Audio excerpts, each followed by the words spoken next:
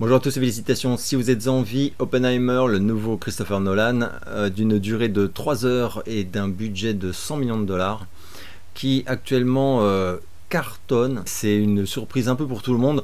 C'est une surprise à ce niveau-là, oui, mais une très belle surprise. J'ai vu ce film dans une salle absolument extraordinaire, je le précise au passage, à Paris, Pathé Place Clichy, la salle 1, voilà, comme ça vous savez tout.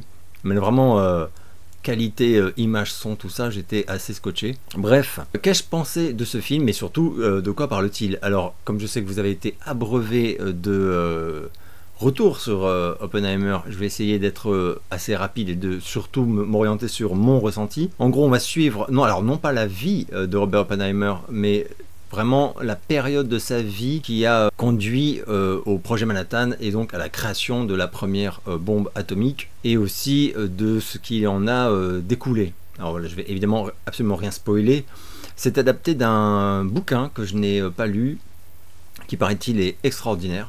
Alors dans le rôle d'Oppenheimer, on retrouve Cillian Murphy, un acteur que j'aime énormément. On retrouve également dans le rôle pas mal antipathique de Strauss, Robert Downey Jr. Et là, autre claque, Robert Downey Jr. c'est un mec que j'aime énormément, que j'avais découvert à ses débuts plus ou moins, mais quand même dans Neige sur Beverly Hills, l'adaptation par ailleurs assez ratée de chef-d'œuvre de Bret Easton Ellis, moins que zéro.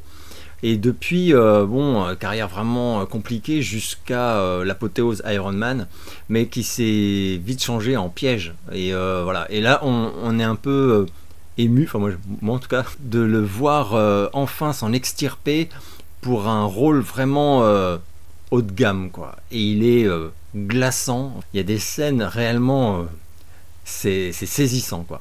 Je dois dire que tout le casting est remarquable. J'ai entendu les retours qui disent que ça parle énormément et que c'est difficile pour certaines personnes de passer 3 heures à écouter des gens dialoguer dans des bureaux.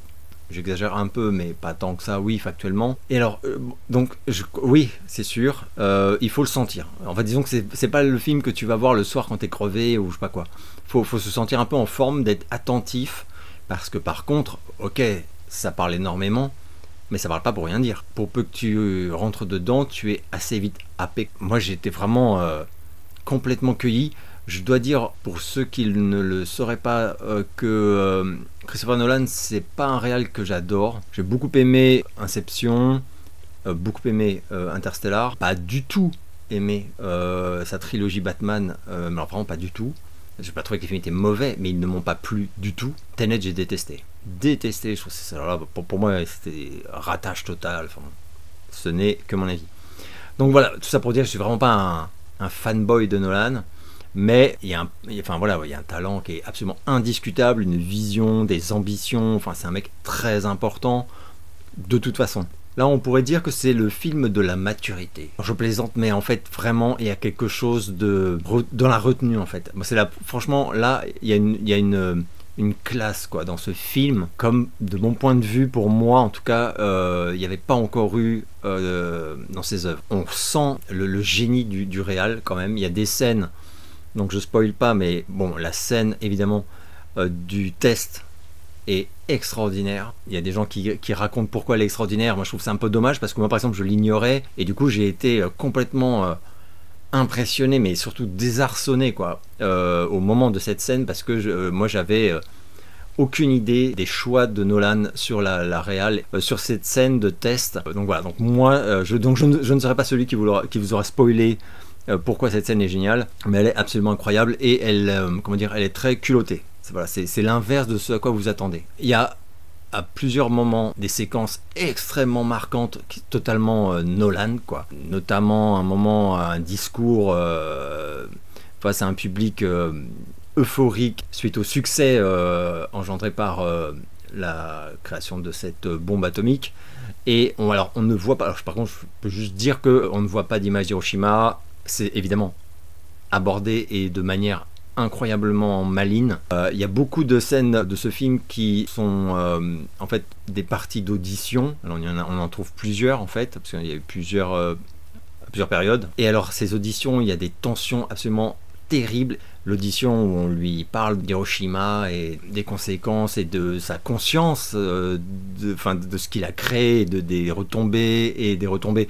Alors à court terme, à moyen terme, et puis des retombées vraiment pour l'histoire. Là, c'est bouleversant. Et le faciès même de Cillian Murphy est tellement expressif, on dit tellement long, c'est absolument extraordinaire. Donc moi, paradoxalement, je dirais que c'est visuellement pas un film spectaculaire. C'est-à-dire que j'ai vu des gens qui disaient qu'effectivement, ça ne sert à rien de voir ce film-là sur un écran gigantesque, en IMAX, etc. etc.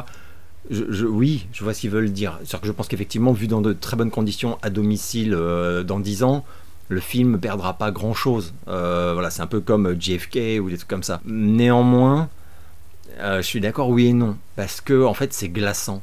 Et sur écran géant, dans une très bonne salle, toutes ces scènes de discours, il y a une musique aussi omniprésente, mais par moments, il y a du silence. Et alors, ce silence, c'est tonitruant pour jouer avec les mots. Donc, il y a quand même quelque chose qui est extrêmement travaillé. Bon, c'est Nolan, donc oui, pour lui, ces films, c'est à voir dans de magnifiques conditions ou pas du tout. Parfois, on peut être d'accord, et parfois, bon, c'est un peu exagéré. Là, vraiment, je pense que c'est un film qui va très bien vieillir, quelles que soient les conditions dans lesquelles il sera vu. Ça fait, par contre, vraiment plaisir de voir que autant de monde se déplace, alors que ce n'est pas un film facile d'accès. C'est évidemment vraiment pas le Nolan le plus vendeur au sens populaire, quoi. Voilà, on est très loin de certains trucs, quoi. Il n'y a pas de mission dans l'espace, il n'y a pas de super-héros. Enfin, bon. Et pourtant, les gens y vont. Donc j'imagine qu'il s'agit des retombées d'un bouche à oreille instantanées, très très positifs et totalement mérités. Alors, les critiques sont majoritairement excellentes de ce que j'ai vu et ça fait vraiment extrêmement plaisir.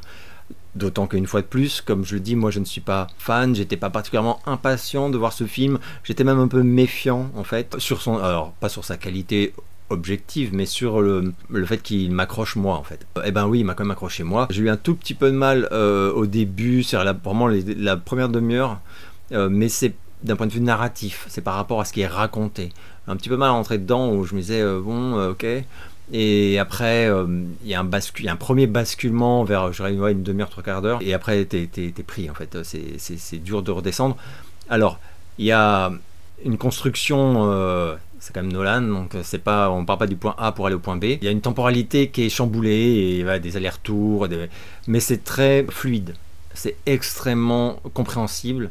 Et on sent d'ailleurs, moi j'ai l'impression qu'il a vraiment fait gaffe de perdre personne. C'est impossible si t'es attentif, c'est impossible de te perdre. Et l'autre remarque que j'avais vue, c'était une critique concernant l'aspect politique du film, le macartisme, tout ça. Et moi, je l'ai trouvé passionnant. Notamment parce qu'il montre, c'est un portrait aussi d'une Amérique, voilà, on est en pleine Seconde Guerre mondiale. Il y a un côté quand même compte à rebours, et voilà, il faut aller vite, il faut vite trouver, et il faut vite marquer le coup pour mettre un terme à cette guerre, un terme définitif, et surtout asseoir une domination. C'est-à-dire vraiment, ce qui m'a beaucoup plu aussi dans ce film, c'est qu'il aborde, je ne sais pas s'il y en a beaucoup parmi vous qui ont lu L'Art de la guerre, mais il y a qu'à un moment, on impose la paix par la peur. C'est traité, et c'est très fragile, et on s'en rend compte d'ailleurs à la toute fin. Il y a une scène avec le président, je ne veux pas spoiler, mais c'est assez glaçant. C'est pas un film optimiste, il n'est pas caricatural, donc en fait ça reste assez subtil.